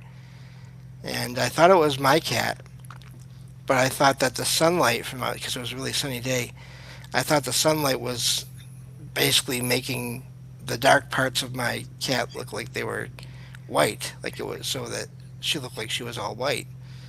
And I thought that's weird. She looks different, but it must just be the sun hitting her that certain way. And this cat walked behind my front door, which Logan will do my cat will do sometimes. And I opened the door and looked around the door, no cat.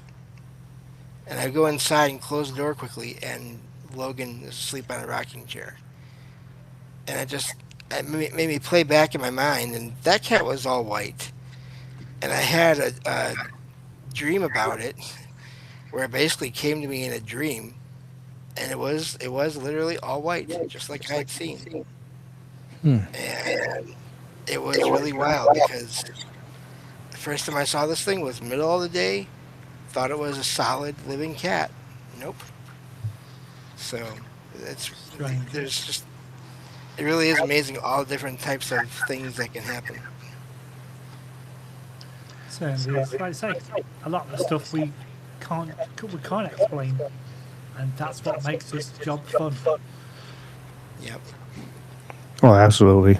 Hearing these amazing stories and stuff like that, and that's the, you know, that's why I think, like, I believe that's why all three of us do this, because James has his own show, and you know, this it's just to hear these stories and hear different things and learn and one of the things that I always try to talk about on here is one that maybe gives others confidence. If somebody listens to this and all of a sudden they think they're alone because they're like, well, I've seen this that happened and that happened, and they're afraid to speak up because they think they're alone, or somebody's going to think they're weird or crazy, or and hearing for people can hear these stories and hear, oh, wait a minute, I'm not alone. I had the same thing happen, or I had a similar thing happen. It's good that we're able to do this and get these stories out, and then for people to know that, hey, it's okay. You're not alone. Yeah, everybody. There's a lot of people who's had similar situations, or and it's okay to share them. Yeah, I think you know we're of a similar age. So back in the day when everything was in black and white, if you spoke about these kind of stories, then you would be tarred with the, here you go, Ricky, here's a straitjacket, let's see if it fits you. Whereas nowadays, it's a lot more open. Plus, we've got all the social media, so people are more willing to talk about their experiences than what they were even 20 years ago, because we've got the capabilities of providing that evidence, so to speak, and people can hide behind a social media platform. They don't have to give their correct name, but they can give their experience, and they're getting it out there, and other people are going to acknowledge the fact that, thank you for sharing your story with us. Yeah. One of the big things I do for my show, because I'm legally blind, so I can't easily go out and physically investigate places or talk to people in person a lot. But so one of the main things I do for my show is finding those posts online, and I have a few sources I use, and I mean there's new posts there every day. It's not just one once in a while here, one there. No, I'm finding things I can use every day. Like I always find at least six that I set aside to read on my shows, and you know, I never have a day where I can't find enough. Oh yeah, like I say, and we're getting more and more each day as well. Yeah, because it's now open. These stories are not going to stop anymore because people are more confident in sharing their stories. We go to a public event like a Comic Con, and you'll get, well, I don't believe in the paranormal. However, let me tell you about the time when. And they Yep. tell us a story and they go, ding, ding, ding, we have a winner. Yep. Or I was a skeptic, or I didn't believe any of this until Until. this happened. Yeah, that's it. Yeah, it's because they don't believe in the paranormal. Don't mean the paranormal don't believe in them. Yeah. Exactly. Yeah, and I Yeah. mean it ranges from ghosts to. I think there's a lot of people that they're used to the typical sort of big three when it comes to anomalous things. Ghosts, um, Bigfoot or cryptids, and then aliens and UFOs. But then the further you look into all these things, the weirder it can get, and the more anomalous things you can find, and interactions between or connections between all these things, and that's what's been the most fun for me is looking at all these different aspects of everything, including time and just perception and all these things. That's it. Yeah, and it's good that people can actually share these stories now. Like I've said, yeah, they're not scared to share anymore, so makes it even more fun. Absolutely. Yeah, it really is. It's amazing to see and hear some of the stories, and there's so much stuff that we talked about. Like we had talking about earlier. You got cryptids and fairies, and then you start digging into lore, and and it's because this stuff's been around forever. And people, there was a time when people were open to talk about this stuff, and then, like you said, then there was a time, um, and people would throw you in a straitjacket for sure if you just you know disagreed at anything. Really, they were quick about uh, throwing people into state asylums and stuff or anything that they didn't see eye to eye with. It was kind of sad time, really, because some people did need help and some people they just didn't agree with, and so now it is a good time with be able to social media, and then that's the one of the positive sides of social media. There's a lot of negatives, Oh, absolute, but that is one of the good positives. We get to connect with people and do stuff like this right here, where um, you know, that's it. And and you hear such fascinating stories. I've spoken to people that have been abducted, and I spoke to one guy who he was an exorcist that had been trained in Thailand, and he was saying one story where he was with this girl one night and she put a pendant on her that she found in an empty house. So like, yeah, there's the the red flag warning straight away. Yeah. She found a pendant and she put it on, and she literally flipped over into the crab position and then crawled backwards up the wall. And it's like, what the, yeah, how? And like, yeah, I've got no reason to believe that this guy was lying. Yeah, he's a genuine person. He's actually one of my friends now. And it's like, so she flipped over into the crab position and then crawled up a wall backwards. Like, Yeah. what the hell? And I can tell you, I was thinking about this the whole time. Is we were just talking, and yes, a lot of it is easier now to share all these experiences, but there's still stigma out there Oh yeah, there is, for against sure. certain things. I had an experience I didn't share until just last week because it involved a very painful in a way, and physically and just other ways, possible alien abduction experience of my own. And it took me that 2 3 years to get to the point where I was able to share it. I've shared all my other experiences, including another possible alien abduction experience, but because this one experience involved the stereotypical certain region of the body, the backside basically, I didn't want to share it because of that stigma and that ridicule. But I just felt like it was important, and so I did it on my show. And Ricky and I are going to cover that in another episode. But yeah, it's important to keep going with all this because hopefully eventually we can get rid of the majority of the stigma. 100%. I say, but you're always going to get those trolls if you want to be polite about it. Yeah, there's other words you can use, Yeah. but yeah, these people are just ignorant at the end of the day. And if I get a troll talking to me, like I run circles around them. It's so funny. Like yeah, just for example, like completely off tangent. We had a guy a couple of years ago when well, it was during COVID. I'm not going to wear a mask. Well, why is that? He went two reasons. Oh, okay.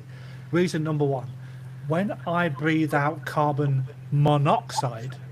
Well, like, wait, what did you just say? Yeah, when we breathe out carbon monoxide, that's a car exhaust. What you breathe out is carbon dioxide, which is okay. No, it's carbon monoxide we breathe. Okay, whatever. And then the second thing he goes, if I'm wearing a mask and I breathe out COVID, it's going to stay in the mask and I'm going to breathe it in again. It's like, dude, that's not how viruses work. He goes, no, that's what. And it's like, yes, you're so tunnel vision. You're so like focused on one thing that you're completely out of the picture. And it's like, okay, my work here is done. I'm just going to move on now. But but people are so, like I say, ignorant about certain things, and because what they read on social media, like you mentioned a few minutes ago, Ricky, they don't care about the truth. They only care about what they want to think is the truth. Mm-hmm. Absolutely. It's sad but true. Sad but true that if they already have a certain narrative in their mind, and that's all it could ever be, and sometimes, like you said, it's far from it, and the bad thing, and on the negative side, like social media, is like you get a lot of parrots, and everybody, as soon as they see something, then they just got to repeat it, blah blah blah blah, and Yeah. and then it's like, well, enough people said it, so it's got to be true. And like, that don't mean it has to be true, it's. And no matter what realm you're in, in the stuff like this and or anything else, it's,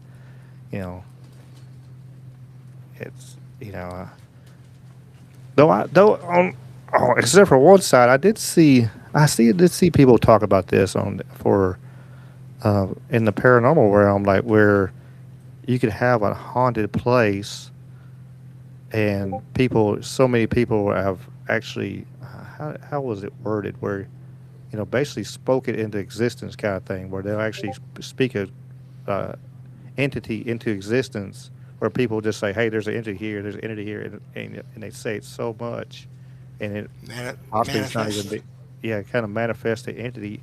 That happened as an experiment in Toronto, where enough people thought about the existence of an entity and the fact that they actually created that entity because so many people thought about its existence, something like that. But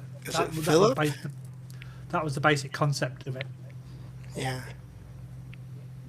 Yeah, it's pretty wild to hear something like that. That that they could absolutely create and speak to, and have interaction with, even though it wasn't never there or this whatever. Sometimes you hear, well, there's a little girl here, and if you look back into the record of place, there's never been a little girl that passed away here, and when you actually doing your research and stuff, and that was pretty amazing to me to hear that, that they were able to do that. People were able to just, all of a sudden now that there's an entity here that says it's a little girl, which I know on the other side, if you want to throw demons out there again, I know they can hide in others and say they're this and they're not that, but it's still pretty amazing that you can actually, if you get enough thought process, you can actually create your own entity in a place. I think that is possible. Yeah. Yeah, it's absolutely amazing.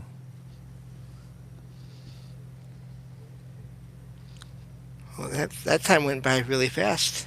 It's like a couple It hours. really did. Yeah. We were at our 2 hours. I just kind of clicked and seen that. Yeah, we're at our 2 hours. I'll be damned. Mr. Lee, we're going to have to get you to come back and throw out another 2 hours one time. Yep, Yep. not a problem. Yeah, yeah, because that was fun.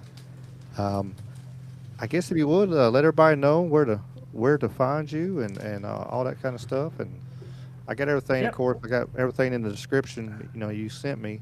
But yeah, if you would let everybody know.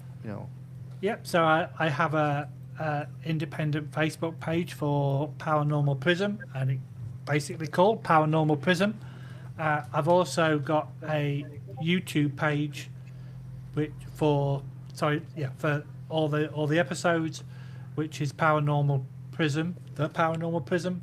So that's on YouTube, and then I've actually converted my TikTok page to the Paranormal Prism as well. But that's called I'm available at the Paranormal Podcast host. So they're the three platforms that I'm currently posting on: TikTok, YouTube, and the Facebook page. So that's where you can find me. Nice. That's awesome. Awesome. I appreciate you. Like I said, I appreciate you being here. And I'm looking forward to coming on your show. I'd have to look at the calendar. I forget what day. This week, I think, a few days' Yeah. time.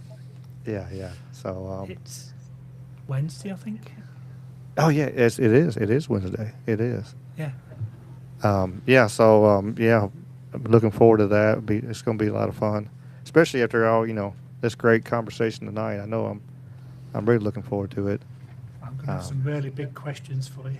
Oh yeah, yeah. Now, I'll give you some feeders there so you can pull off some of my stories I've thrown out there a little bit, but I got plenty more to wherever we can go. We can go anywhere with it for sure. But man, I appreciate you being here as always, and for sure everybody in the chat, make sure y'all check his stuff out and check all the links in the description. James, you got anything last words? Yeah, I'm going to be heading out here in a minute. I'm not going to stay for the outro, but Lee, if you ever need a guest to talk about all kinds of experiences, I'd be happy to join you on your show as well sometime. Absolutely. And yeah, so that'd be great. For anyone that doesn't know me, I have a show. It's called Salcedo Paranormal. I have a co-host, Jen, in the chat there. The Arcane Observer joins me on Saturdays. You can find all the information about that show on the website, which is salcedoparanormal.com. That's SALSIDO paranormal.com. Has all the episodes and links to social media and ways to support the show and everything else. So, yeah, great to talk with you, Lee, and thank you, Ricky, for having me on. Oh yeah, yeah. Thanks, James. You take care. You as well. Yeah, yeah. It's been like I said, this has been a great one. I hope y'all enjoyed. Make sure, like I said, y'all follow everybody, and because we're trying to bring all, as always, we're trying to bring all ships up. The tide rises, all ships, and that's when a lot of the people, other podcasters and stuff like that, we're trying to work together and bring everybody up. It's not like, hey, we want to get big and look at these little people down there. Is I've had some amazing people come on and people that's had pretty good success and turn around like, well, you need to talk to this person, and they send people to me, and it's awesome group and everything. So and like I said, I'm looking forward to Wednesday. That's gonna be fun. I'm curious to what you're gonna ask me, but but I appreciate you. Let me just hit the light outro music. I'll just hit the intro for the outro instead of the big song and the rumble. I'll send everybody to Trouble Minds. It's starting in just a second. They probably already started now, but appreciate everybody, and we'll see y'all soon. Take care. Thanks. Bye-bye.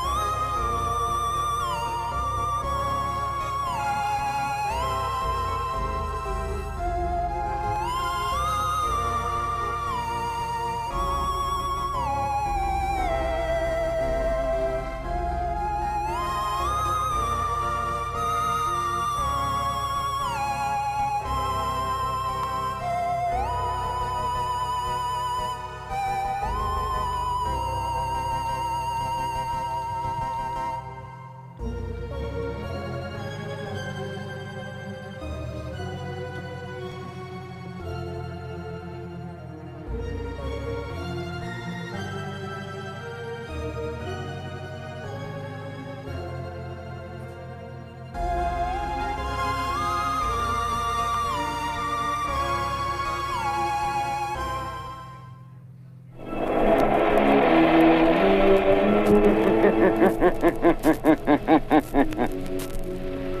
knows what evil lurks in the hearts of men?